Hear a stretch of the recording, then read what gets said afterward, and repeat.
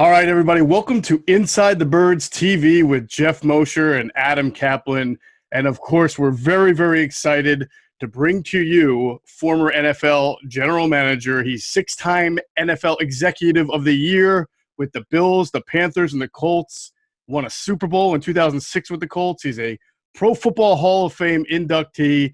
And right now, you can hear his own podcast, Inside Football Podcast with Bill Polian. You can also hear him on Sirius XM NFL Radio. Bill Polian, everyone. Bill, thanks so much for joining us. Thank you. It's my pleasure. Yeah, we have so many things we want to get into, obviously, and Adam and I have really been looking forward to talking to someone of your expertise because we want to talk about on-field stuff. We want to talk about some off-field things as far as how you put together a team, and then specifically how you would do certain things in a year like this where COVID is threatening the normal way of life in the NFL. And, you were involved in, with the Bills in '87 with the strike, I believe. And, of course, the one in 2011, I believe you were still with the Colts at that time. So yes. you've seen a lot. As you watch the NFL unfold right now, Bill, and all these health and safety protocols and this adjusted camp and no spring camp, what's the one overriding theme that comes to your mind about football this year? You're going to see a different level of football this year. Basically, three things will be different. Number one, because there are no preseason games, the rookies won't advance to the point where they can really make a difference, maybe at all during the season. And certainly if they make a difference, it'll be toward the end because they have had no training period. They've got no ability to ramp up, and then they have no ability to go out there and learn by doing as you do in the preseason. Secondly, the guys who skyrocket from the bottom of the roster, as Gary Brackett did with us, to a starting position based on playing well in 4 preseason games won't happen. They'll be relegated to the practice squad. I think you're going to see largely veteran teams because they know what to do. And so this will be a redshirt year, essentially, for most of the rookies. Probably the first 3 will make the team, maybe somebody that surprises from a lower round or a collegiate free agent. But after that, not much. And then finally, I expect that the tackling early in the season, maybe even through the first 4 weeks, will be spotty because you're not going to have enough time to tackle. You're not going to have enough time to work on cohesion on special teams. I think the TV viewers and certainly the league office may like it because there's probably going to be an explosion of offense, but the hitters are going to be ahead of the pitchers, I think. Hey, Bill, to follow that up, let's go back to the coming out of 11 lockout. What was training camp like for you as an executive to just from a big standpoint of looking at your roster and being realistic of what the expectations were? Well, we were realistic in the sense that we didn't think that many of the rookies would contribute much at all, and they didn't. We were a veteran contending team, obviously, and our focus, we'd been to the Super Bowl in 6 and 9. So, we were looking forward to going again. We thought we had a Super Bowl team. And then Peyton went down and everything went into a cocked hat. We never expected that because we hadn't had any contact with him during the entire offseason, which were the rules at that point. There was a lockout.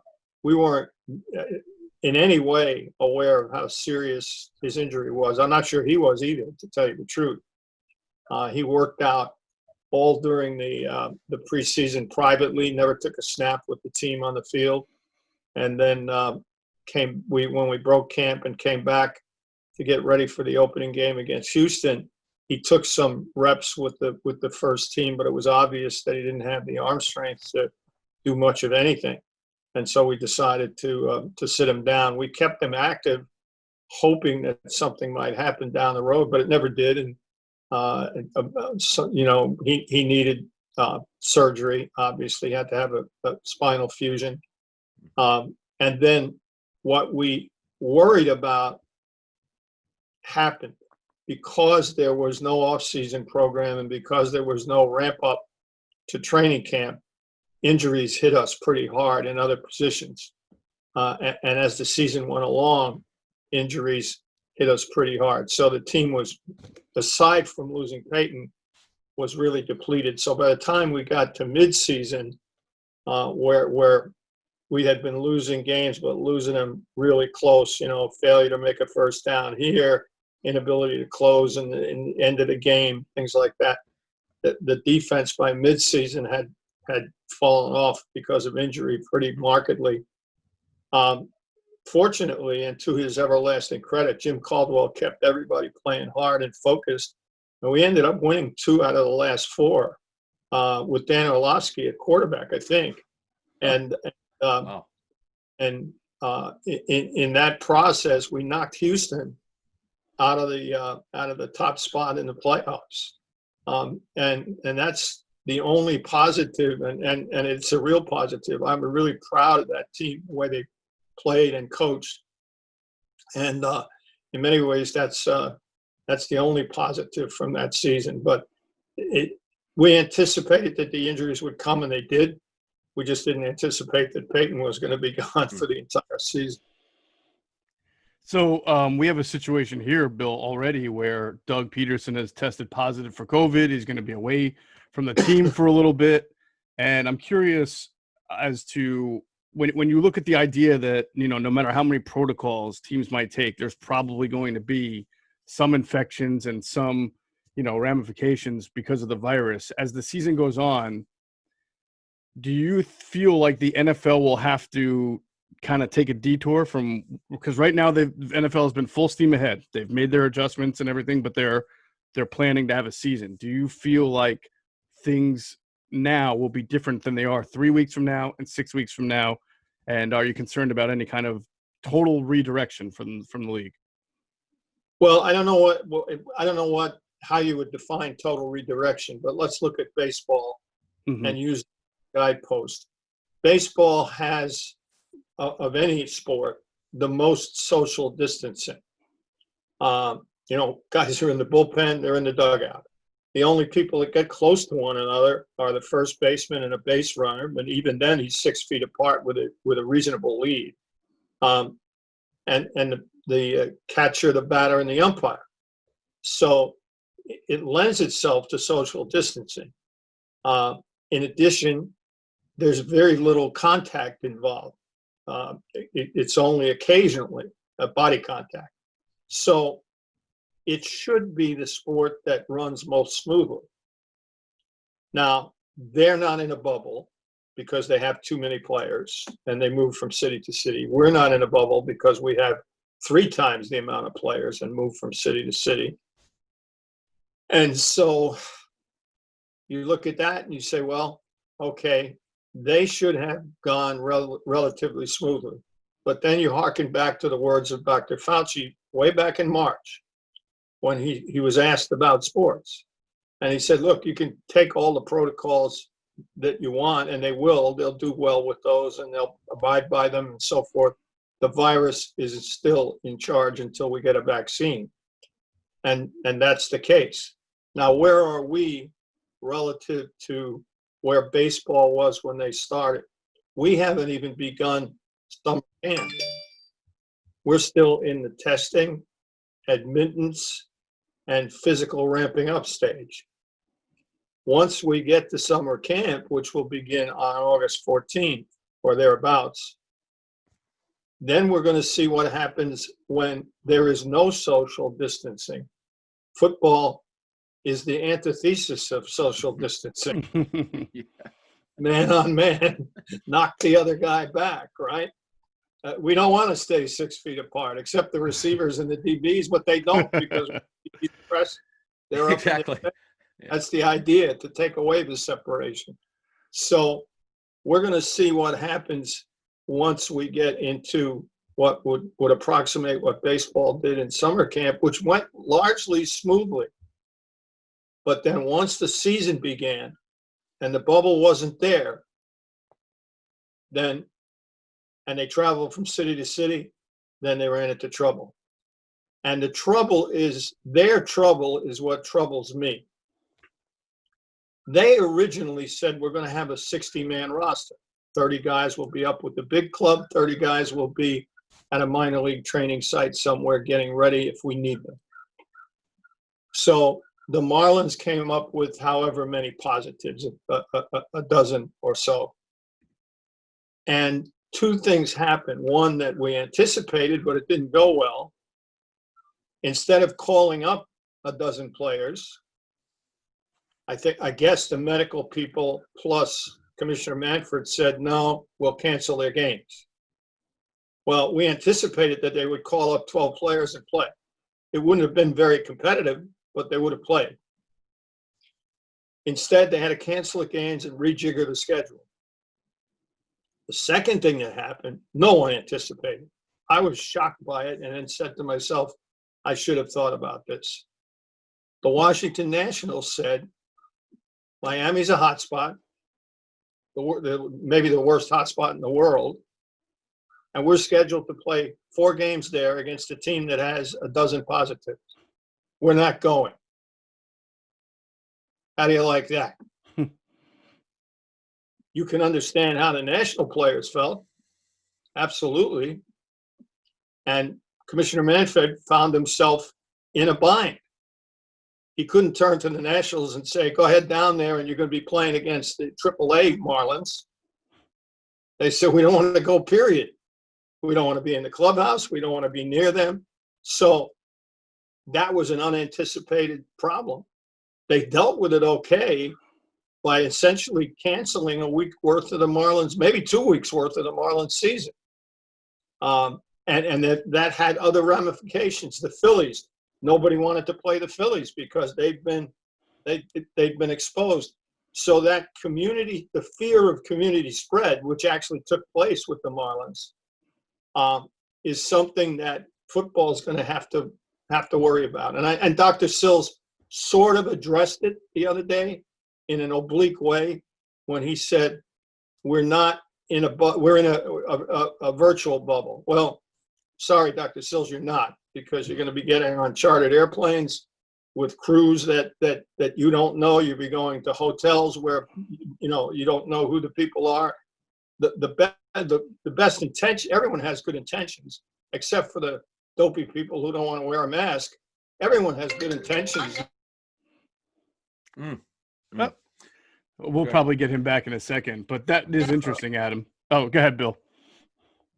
No one wants to see anyone get ill, but there's no way to protect against this. So as a result, I think that Commissioner Goodell and the owners and the general managers and the coaches are going to have to prepare for some untoward situation like this. It may involve canceling games. It may involve postponing games. I don't know that necessarily you can bring 6 guys up from the practice squad and say, okay, we're going to play. That's a great plan, and it seems logical, but there's nothing logical about this virus and this situation we're in right now. So they're going to have to be able to be really flexible. Right. And Bill, on follow-up to that, you mentioned the Nats not want to play in Miami. Well, we have the biggest numbers of COVID cases are in California. And if those numbers are around 500,000, and we could argue how legitimate those numbers are, but that's what's out there. So basically what you're saying is some players might say, hey, I don't want to go there, right? I mean, could they do that? Well, the Nationals did. No one anticipated that it would happen, but the Nationals did. In addition, what we didn't mention was that the governors of these states control everything that goes on. Now, the NFL's faced that before with the wildfires in California. They moved games that were scheduled in San Diego to Arizona. So that can be done. And it wouldn't surprise me at all if at some point in time Governor Newsom said no games, period, for a little while until we get a handle on this. Up here, I'm in Massachusetts right now at our summer place, and there's word that there are rising cases here after it's been down for a long period of time, and some talk that the governor may consider going back to phase 2. We're in phase 3 right now, which is a very limited reopening. So that's out there too. and Commissioner Goodell and the NFL doesn't control that. The government, the state governments control that. All right, real quick, I want to remind everyone to download the DraftKings Sportsbook and Casino app right now and use that promo code ITB to get all your sign-up bonuses. That's on the DraftKings Sportsbook and Casino app. Use the promo code ITB. Bill, with what you're saying, it seems like, and I think you were alluded to this, and Adam and I have talked about it, if you're an NFL team this year and you've got a head coach that's been in place for a little bit and you've got a quarterback who's pretty good, and we tend to talk about that with the Eagles, with Doug Pederson and Carson Wentz. And then I'll go a step further. To have a coaching staff that has someone like Jim Schwartz on it, it seems like those teams would probably just naturally benefit more than a team that's got a new head coach or a new quarterback, as you mentioned, a rookie who they're trying to acclimate with all this difficulty going around them. So I feel like at the end of the day, a team like the Eagles or a team, say, that's got a good quarterback and a head coach that's been there for a while is probably going to naturally have a leg up here. Yeah, I don't think there's any question about that. Veteran coaches, veteran players, defense, those are the people that are going to prosper. The other team that is Kansas City, who's in that very same boat. Sure. So those would be the teams you would think would have the better opportunity, because they're not trying to integrate new players into it. They're not trying to integrate a new system. They're not trying to integrate a new coaching staff. So it's a question of if you have veteran players and you have a good defense and you have a quarterback, you're way ahead of the other people. Bill, let's go back to 2016. A fact that most people don't realize is that you were involved in the Eagles coaching search that season, in terms of being a consultant, I guess. So, number one, what was that situation like for you, being involved in it, and what set Doug Pederson apart from the other candidates? Well, it was fun. I did very little. I spoke with Howie and I spoke with Mr. Lurie, and we talked together about, what parameters do you want to set up for a head coach? To paraphrase Tony Dungy, what are you looking for? And then within those parameters, what do you feel the most important qualifications are? Let's get those listed, and then go through the candidates. I'm not going to opine on any candidates. You go through the candidates and then decide which of those fit the criteria that you've established, bring those guys in, and those are the people you should talk to. That was the extent of and all I did was act as a catalyst, really. They were there already. We just kind of added a little organization to it, if you will, or a little envelope in which to fit the search. But Doug met every criteria because he'd been with Andy, so he understood Andy's way of doing things. He understood the franchise. He'd been in the city, which is really important. But all due respect to you guys, if you haven't been in the Philadelphia media market, you're swimming upstream without a paddle. I'm surprised you. By the way, how do you know that? I find that fascinating. A guy who worked in Indy and Buffalo and other markets, but and Canada, by the way. How did you know that what the Philly media market's like? I find that fascinating. I was an advanced scout for the Kansas City Chiefs. Okay. A lot of scouting. A lot of games at the old vet. Gotcha. Yeah. Indeed. So Doug met all those criteria. I was a bit biased because he'd been one of the guys we drafted in the expansion draft with the Carolina Panthers many years ago. He ended up not making it, but I had high regard for him. But it turned out that because they established the right parameters, it took them to the guy they really were looking for, and it never fails, really. If you hire a person that you have pretty extensive knowledge of, and he has pretty extensive knowledge of you, you have a better chance, really, than if you hire a complete stranger. Now, it's worked. I mean, it's happened. Jimmy Johnson came into Dallas and rebuilt that franchise. He was antithetical to the way that Tom Landry did business, but he and Jerry Jones knew each other. So despite the ultimate breakup, they worked well together and they understood one another. So that's an advantage. And Doug had that. And then he was, interestingly enough, I'll bet that he first got to know Frank Reich when they were teammates together in Carolina, and hired Frank as the offensive coordinator. And the rest, as they say, is history. But, in talking with Howie and Mr. Lurie, they were clearly on the right track to begin with. They knew exactly what it was that they were looking for, and they also realized that you can't replicate a legend. You can't replace Andy. You shouldn't be looking for Andy. There's only one Andy. Definitely. I used to say, if you keep looking for Andy Reid, you'll keep going broke. They realized that and conducted the search accordingly. Bill, I wanted to ask you about the Eagles and their draft. It's kind of widely believed that analytics played a big role in how they went about drafting their players, and certainly a lot of guys that they drafted are have either great spark scores or great athleticism. How much as a GM did you feel that analytics should play a role in your drafting process? It was huge. It was huge.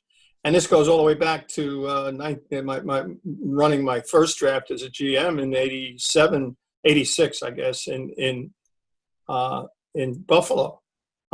You measure height, weight, speed. You measure as best you can via drills, athleticism. You measure as best you can, and measurements, by the way, have improved drastically over the years. Personality traits, you measure intelligence, you measure processing speed.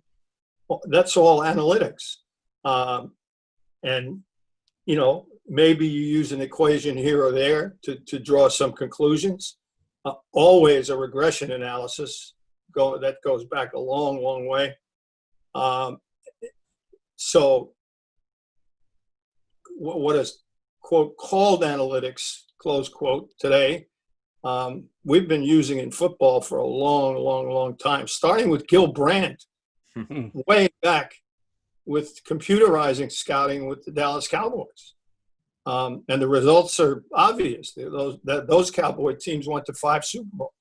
So we adopted it long before baseball did. And I remember I was a member of the competition committee, and for 4 or 5 years we met in the Tampa area in the off season. And George Steinbrenner used to always have us over to a Yankee spring training game. And I remember talking with George, and he said, we're so far behind you guys. We don't do film analysis. We don't do analytics like you get. He called them statistics, as we all did in those days. We don't do statistical analysis like you guys do. I'm getting my people involved in it. And he had some of us talk to his Yankee people with respect to what we did and how we measured things in scouting and what have you. So for us, it's been all my life in this business. So the answer is yes, 1,000 times yes.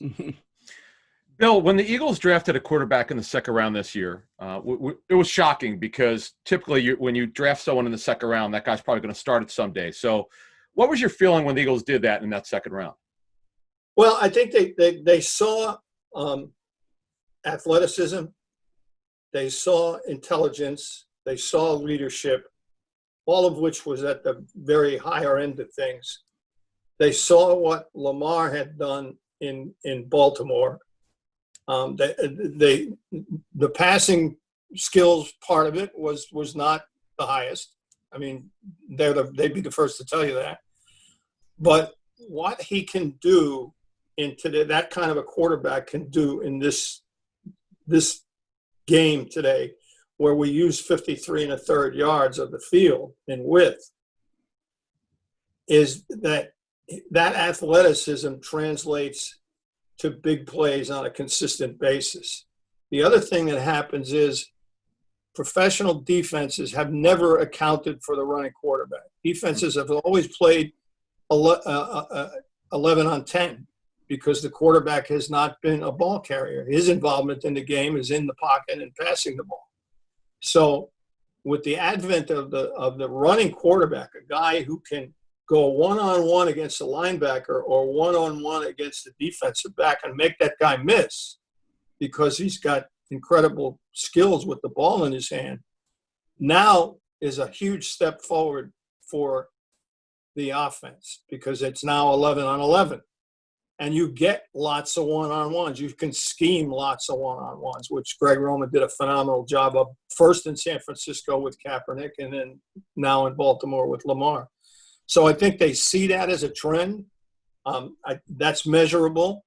And I'll bet they have. I haven't talked to Howie about it, but I bet they have statistics on how functional and how what efficacy you have with that guy in the game in certain situations. So it becomes another way to score touchdowns. Think about it in this vein: short yardage and goal line. 1987, we installed the option in short yardage and goal line in Buffalo with Jim Kelly and Thurman Thomas. 88, Thurman Thomas came. We ran the speed option. Nobody on the goal line. Nobody could handle it. And when we first put it in, all the writers and fans said, "Oh, you'll get Kelly killed. You'll get Kelly killed." No, we didn't get him killed. He pitched the ball. As soon as he pitched it, the defense had to honor it, and he faked it. He turned up in the end zone. I can't tell you how many times he walked in untouched. Butch Roll, who's a tight end only people in Buffalo know, set a league record for scoring touchdowns on the dump pass. So, and Marv Levy orchestrated. He actually game planned short yardage and goal line. So that's what that guy can do in that situation. Now there are probably 7 of those situations, maybe 8 in any given game. They turned the game. Philly Special turned the game, right? So that's what I think this young man can do for them. Maybe not this year because they might not have time to get him integrated well enough. But in the future, he's a weapon. He's just not there as a backup. I don't see him as a backup, and I don't think they do. I think they see him as an adjunct to a different offense. Who's done this before? Guess who? I'll give you one guess. It's on the other side of the ball. You mean a defensive player who's more of an athlete than a position player? Bill Belichick plays 2 different defenses. He plays a 3-4 if necessary, right, and he has the people to do it. And he plays a 4-3 if he deems it necessary, and he has the people to do it. They carry 28 to 29 defensive players on their 53, and he mixes and matches, and it's hard to handle. So you could see a Philadelphia offense with 2 separate offenses. That's hard to handle. Definitely. Along that line, because we talk about this a lot, the Eagles have been kind of, at least Doug has, they've talked about the future of football and having more than one thrower of the football on the field at the same time. And you see the success that Lamar Jackson has, Russell Wilson, Kyler Murray now. I mean, do you feel like, 10 years from now, I don't know if the pocket quarterback's ever going to be extinct, Bill, but I mean, do you feel like the dual threat quarterback is going to be the predominant version of quarterback in the NFL? Well, Bill Parcells told me many years ago that we're captives to what the colleges send us. So when the colleges go predominantly to the athletic quarterback, the dual threat quarterback, I like that phrase better. Thank you. I'll borrow it. Then that's who we're getting. So you have to think about, how do we use this guy? How do we put him in a position where we can make him better? Just like once Drew Brees broke the height cycle, if you will, where everybody had 6'4", all of a sudden now, predominantly guys from where he came from Texas, who were 5'11", 6 feet, 6'1". That's Kyler Murray. That's the young man that you have. That's Russell Wilson. they're serviceable. They're winning NFL quarterbacks. So, old myths and old habits die hard, but once they die, then everybody else adopts them and realizes this is what you have to do. So I think that we're going to see different styles of play. If you're fortunate enough to have a Peyton Manning or a Tom Brady, which there are only so many of in a given generation, then you can play one way. If you don't have that guy, again, to use a Bill Parcells phrase, there's a way to win every game. You just have to find it. So now, if you have Mike Vick, you can win a lot of football games. If you have Russell Wilson, you can win a lot of football games. You just have to know how to do it. The risk you run is that he gets hurt, because quarterbacks who run the ball a lot tend to get hurt. And when we look at Cam, the beating he's taken over his career. Now, he's not a great make-you-miss guy. I mean, he runs through people a lot. Drew has been fine throughout his career. He no longer runs as much as he used to. Russell is the man right now. I mean, he's the best guy, the total package in the National Football League right now. And he doesn't seem to get hurt. So I was talking to a good friend who's a great offensive mind the other day, and he said, hey, we're beyond that. That's no longer true. So these guys are on the field, and if you have two throwers on the field at the same time, you got Philly special that you can throw downfield to a wide receiver. You don't have to worry about having a guy throw it who can only throw it 15 yards. So that opens up more possibilities for the offense. Bill, the Eagles really addressed their speed deficiency on offense with three receivers, Jalen Reagor, and two guys later. Just from a big macro point of view, for someone who studied offenses for decades, how much could speed, when you have guys could really flat out fly, and hopefully they could play at a high level, but how much of an impact could that have not only for their offense, but on the opposing defense? Look, it has an impact. There's no question about that. Because if a guy can run by you, you do have to account for that, whether it's by pressing him and then putting a safety over the top, or playing off to give yourself a better cushion and being able to run with the guy, and essentially forcing the ball to be thrown underneath. That's what we did in Indianapolis with our defense, with our covered two defense. We essentially took that guy out of the game if he couldn't catch. And by catch, I mean catch at a high level, almost 90% catch conversion ratio. If he can run with speed and catch, now you got yourself a dynamite weapon. Deshaun in his salad days, right? Mm-hmm. If the guy can't catch and he can't win the vast majority of jump balls, then all you have is a guy who threatens the defense, but really in the long run doesn't affect many games. All he does is affect how the defense aligns. Now you have to play off that and still find a way to win. But he's got to be able to catch the ball in order at a high level in order to be consistent, and order to be a weapon, actually. So we have a couple of questions from our Inside the Birds Facebook community group for you in particular. We put it out. They knew you were going to be on. Do you mind if we ask you a few from our listeners and viewers? Yeah, glad to do it. All right, you good with that, Adam? We can let's do it. Let's roll. Yeah. All right, the first one came from these were some good questions, so I wanted to get to them too. First one's from Mark Topley, and he asks, "What are some of your memorable pre-draft player evaluations that you're proud of?" Meaning someone who had success in the NFL who you probably had, or your team probably had, graded higher than some other teams. Number 18, Peyton Manning to begin with. I'm guessing a lot of people had him rated pretty high, though. Well, people didn't either. Everybody has amnesia now. Ryan Leaf, sure. Ryan Leaf was the guy that most people thought. Bill, what was it they said about Ryan Leaf? He had way more upside. What was the story about that? That was one such canard that was put out there. Peyton was a, quote, product of the system and had reached his ceiling, and Ryan Leaf had a much better upside. How'd that work out? Not very well. Great for you, not so good for the Chargers back then, but yes. But give us some of the sleepers like Robert Mathis, Cato June, my goodness gracious, a guy that played safety in college. Some of the guys that most people, maybe it's because of their size, you draft, maybe it's because of Dungy, but was there a certain size of player that you looked for earlier in your career, and then did you change it when Tony came in? Yeah, we changed when Tony came in.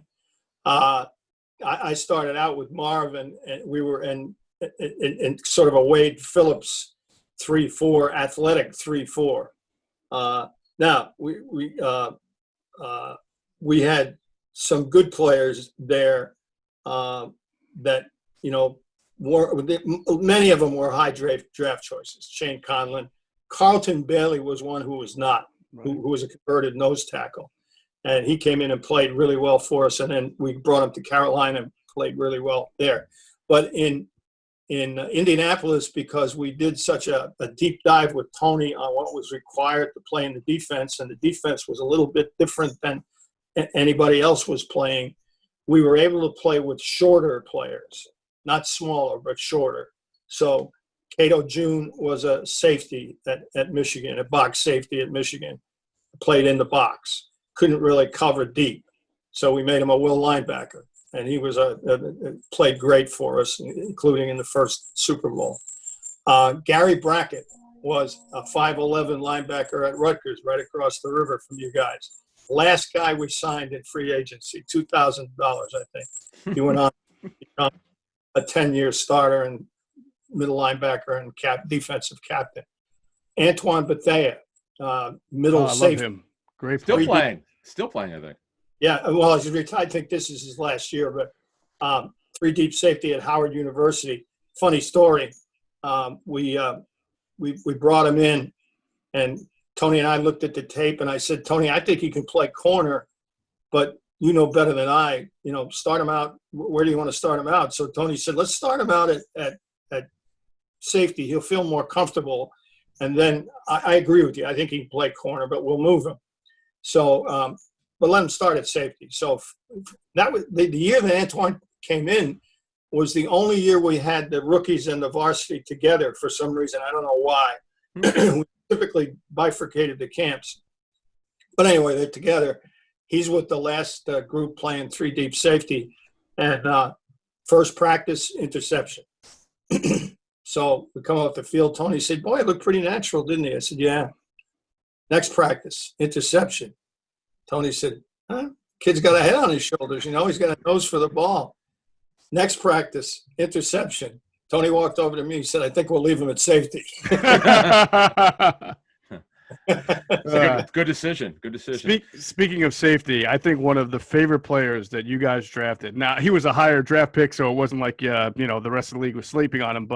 And it's a shame that the injuries hurt his career. But Bob Sanders was one of my favorite players to watch. I mean, his ability to do everything from that safety position was just special. And I remember when he got hurt, I think the year you guys won the Super Bowl, he came back just for the playoffs, right? And your defense went from one of the lower ranked defenses to then all of a sudden just shutting guys out in the playoffs, if I'm not mistaken, right? Absolutely correct. He was fun. He was a defensive player of the year 2 years previously. But for us, he was the missing link. He was the guy that made us a great defense as opposed to good. And unfortunately, he's ended his career. If he had been able to stay healthy, he would be going in the Hall of Fame right next to Troy Polamalu. They were really the same player. Very much so. All right, last question came from Rick Verbanis, and he wanted to know how you judge a draft as far as how many years down the road do you look back and accurately judge a draft, and also what is the criteria for a draft being good? How many guys are starters or impact players? What was your theory on that? I'm going to give you my criteria. Some people have different criteria. First of all, the only time you judge it, the first time you judge it, is 3 years down the road when it's time to pick up the first round draft choices, rookie options. That's when you look at it and say, particularly with first rounders, did you pick up the option? Because if you don't pick up the option, it means that he's really not, you don't think he's a long-term guy. Secondly, the next time you judge it is at 4 years when free agency kicks in. You look at the team then before free agency and say, if 4 players have made it from that draft class 4 years previous, you hit the jackpot and you're probably in the playoffs. If 3 make it, you're probably in the playoffs. If only 2 make it or less, it hasn't been a good draft. Now, I don't care where they come from, whether it's first or seventh or even college free agent. The object of the draft is to add good players to your team. It's not to win the first round, second round, third round. That's immaterial. So those are the criteria. And notice I said playoffs, Super Bowl, etc. What you're drafting players to do is help you win football games. That's what the bottom line is all about. Bill Parcells, again, they don't give any medals for trying. There are no medals for missing the playoffs. That's right. So the object is that guy has to help you get to the playoffs. So if he didn't, or if you're right on the cusp and you have, 4 young guys who are playing well, you're probably on your way. But anything 2 or less from a given draft, it's not been a good draft after 4 years. Prior to that, you're wasting your time because you don't really have anything to go on. Right. Right.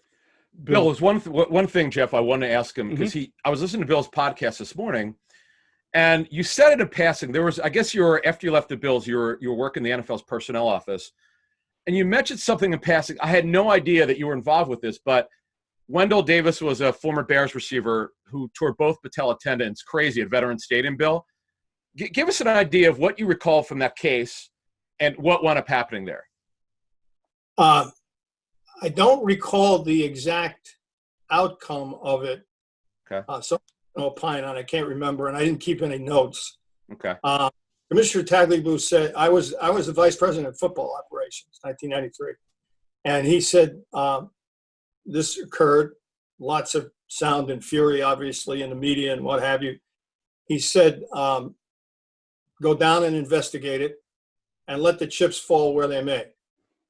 I'll take care of that. You just get the facts. So for those of us that are old enough to remember Dragnet, Joe Friday. So that's what I did. I talked to a lot of people with the Eagles, talked to people with the Bears. If I remember correctly, either myself or someone else spoke with the head groundskeeper. I'm not sure whether it was myself or someone that I deputized to do that. Wrote the report, the essence of which, don't hold me to this now, but the essence of which was that the pad at second base, which covers second base, hadn't been put in properly. Ooh. And that was the cause of it. And don't hold me to that. That's fine. I do remember obviously doing it, what Commissioner Tagliabue told me to do. And I wrote the report, but I can't remember all the details, and I don't want to put the onus on anyone unfairly. Sure. But it had to do with the pad at second that covered second base, the sliding pad. And what was your feeling when you would bring your teams in with the Colts and other teams with playing in the vet? Because we know how famous it was for that AstroTurf, and not for good reasons. Well, it wasn't the best. We obviously in the AFC, which is where I spent most of my career, we only came in once every 8 years. In my mind, Houston was far worse. Far worse. I mean, no AstroTurf is good, but Houston, far worse. Wow. I mean, there were seams. You could see the concrete floor. As a matter of fact, Bobby Ross, when he was coaching the San Diego Chargers, famously would not play a preseason game, took his team off the field. Well, guess what? The Eagles had that too with Brian Billick. You remember that in 2001, I think? I remember that. Yeah. Yeah. Wow. Were you concerned about putting your players on the field in Houston? Yeah, I was. Yeah, they rectified it, but yes, it was definitely, there was a problem. Wow. Well, you can hear that story on the latest Inside Football podcast with Bill Polian. And Bill, how often does that podcast come out? It's we're up usually once a week on iTunes or wherever else you get your podcast. Inside Football with Bill Polian. All right, make sure you check that out. Inside Football Podcast with Bill Polian, and of course, listen to him on Sirius XM NFL Radio. Bill, can't thank you enough for joining us. It's been very insightful, and I think all three of us are hoping for the best this year for NFL football and what's about to transpire. Well, thank you. Let's hope for the best for the country. That's the most important thing. And that too, of course. Thank you very much for reminding me that there's more things than just football to worry about. But of course, the country. And again, we appreciate it. And maybe you'll come on down the road with us again sometime soon. I'll be happy to do it. Thank you. All right. Thank you. That's great. All right, Bill Polian, everybody. Thanks for watching. This has been the latest edition of Inside the Birds TV. We'll catch you on the next one.